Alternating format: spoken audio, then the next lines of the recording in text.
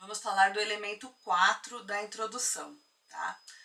Eu falo que ele é o elemento 4 porque a gente já teve o texto de introdução, a gente já falou do problema, falamos dos objetivos e agora vamos falar da delimitação. É interessante comentar que nem todos os professores optam por ter esse item delimitação.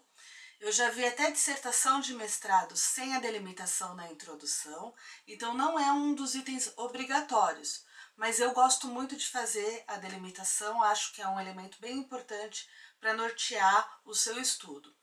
Por que eu opto pela delimitação e sugiro a todos os alunos fazer sim a delimitação? Ele coloca limite, ele diz exatamente o que o seu trabalho está se propondo a fazer. Ele também é muito bom para não gerar falsas expectativas. Exemplo, a pessoa lê o texto de introdução e lembra que ele é do geral para o específico, né? Então ele vem tendo uma ideia geral do seu assunto. Então ele pode imaginar, esse trabalho vai seguir esse caminho, mas não, a sua delimitação mostra para ele exatamente o que se propõe o trabalho. Então eu gosto bastante de delimitar, assim você já corta falsas expectativas, você já direciona o seu estudo e você como aluno já sabe exatamente o que você deve ou não comentar, né? Eu sempre falo para os alunos o seguinte, um estudo começa sempre como uma pizza, mas a gente precisa fatiar essa pizza. Não adianta a gente querer trabalhar todos os elementos que compõem uma pizza, porque esse trabalho vai ficar fraco. Então é melhor a gente fatiar, pegar uma fatia, né, ou às vezes pegar uma parte de uma fatia ainda menor, e ainda mais, às vezes eu brinco com os alunos assim, é melhor vocês falarem profundamente da azeitona do que falar um pouquinho de cada coisa. Então a delimitação é exatamente pensar na azeitona de uma pizza, né? Algo bem específico, bem focado, que eu vou falar com bastante profundidade e isso enriquece o trabalho. Dá para fazer vários tipos de delimitação. Então eu vou mostrar alguns textos para vocês verem a redação, como é feita, vocês podem se basear, adaptar o seu texto aos modelos que eu vou apresentar. Vamos ver lá alguns deles. Então, são alguns exemplos, tá?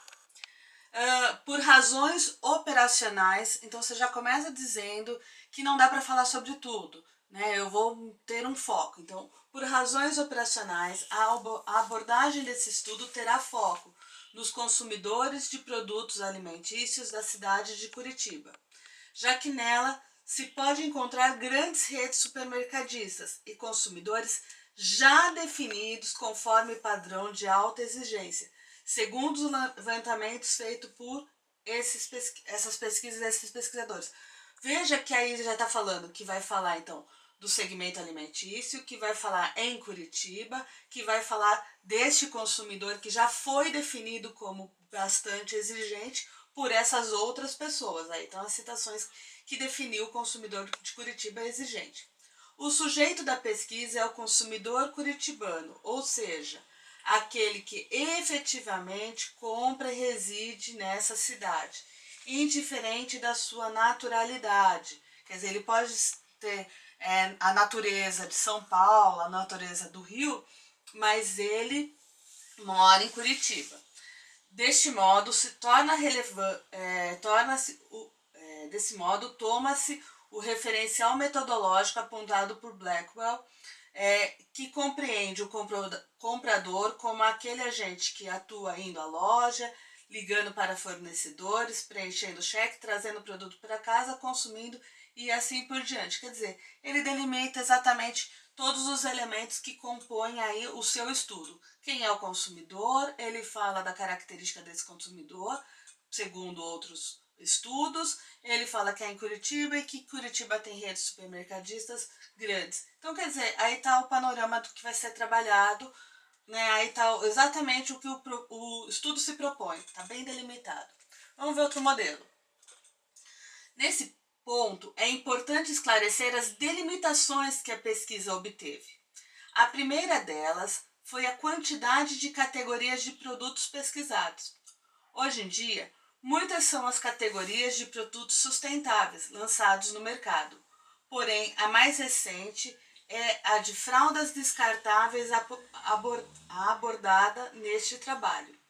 A segunda delimitação foi os personagens, pois foram pesquisados somente os consumidores que constituem o público-alvo do produto, ou seja, as famílias com filhos que utilizam fraldas descartáveis. Quer dizer, ele fala assim que tem vários produtos sustentáveis, mas eu vou falar especificamente de fraldas descartáveis.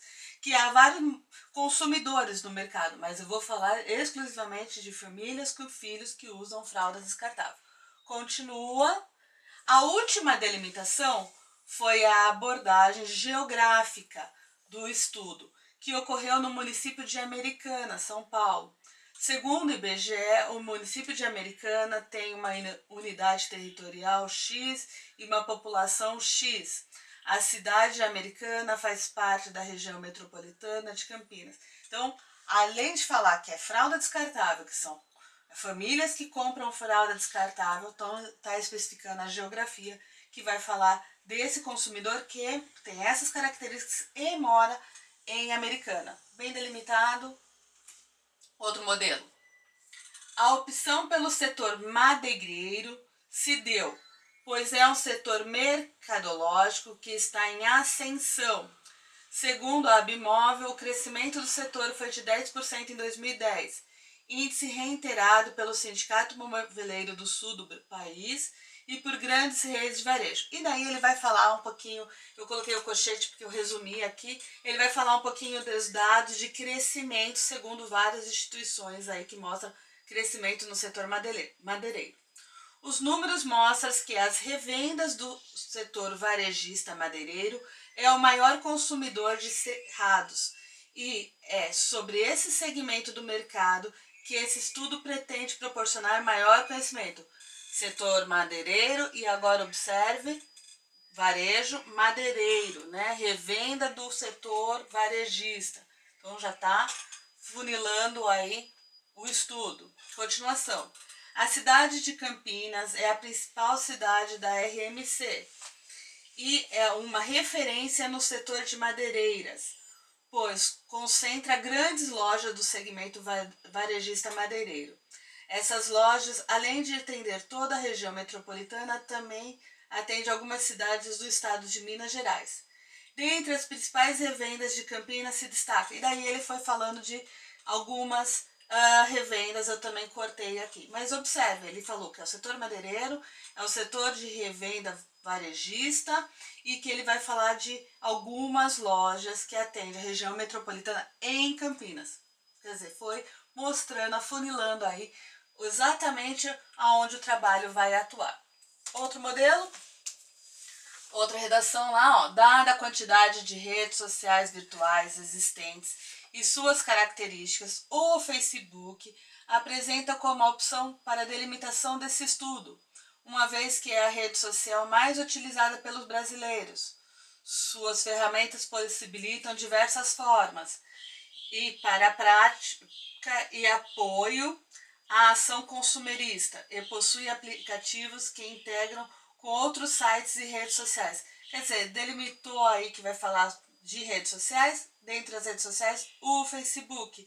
E depois fala que vai falar de ações consumeristas, quer dizer, afunila o estudo. Mais um modelo.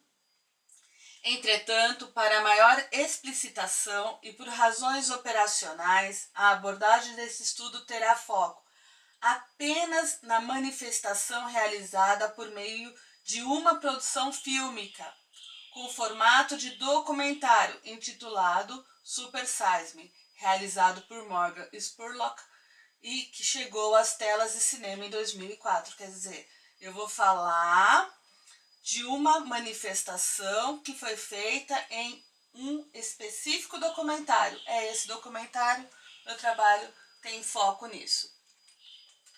Por fim, então, como mostrou os exemplos, né, a gente pode delimitar a geografia, não dá para falar do Brasil inteiro, o Brasil é muito grande, então eu vou falar de uma região específica, de um comportamento, ele é consumidor, ele é comprador, ele é ativista, ele é evangélico, eu posso optar por um comportamento, de um segmento de mercado, mulheres de 12 a 15 anos, jovens, surfistas, né? Então tem a idade dos jovens, que é o segmento, comportamento, surfista. A gente pode ir segmentando, né, e delimitando. um tempo, eu vou falar no período de 1980 a 1990, eu posso colocar um tempo para o meu estudo. Eu posso me delimitar alguns exemplos e eu posso também delimitar a metodologia de estudo de um único caso, né? Veja lá que quando eu delimitei o estudo do documentário, eu estava falando de um único documentário. Então você faz a delimitação, você resume aí a sua dimensão de estudo, você pontua, mostra que seu trabalho vai ter um foco, né? Isso aí dá uma segurança ao leitor também, ele não vai esperar outras abordagens, ele vai realmente ver se teve foco naquilo, se abordou profundamente aquilo, e seu trabalho fica bem enriquecido. Eu gosto muito de limitação, acho que os trabalhos têm que ter, mas volto a falar, não é uma obrigação, não é obrigatório todos os estudos estarem delimitados logo na introdução. Fica a critério seu e do seu orientador.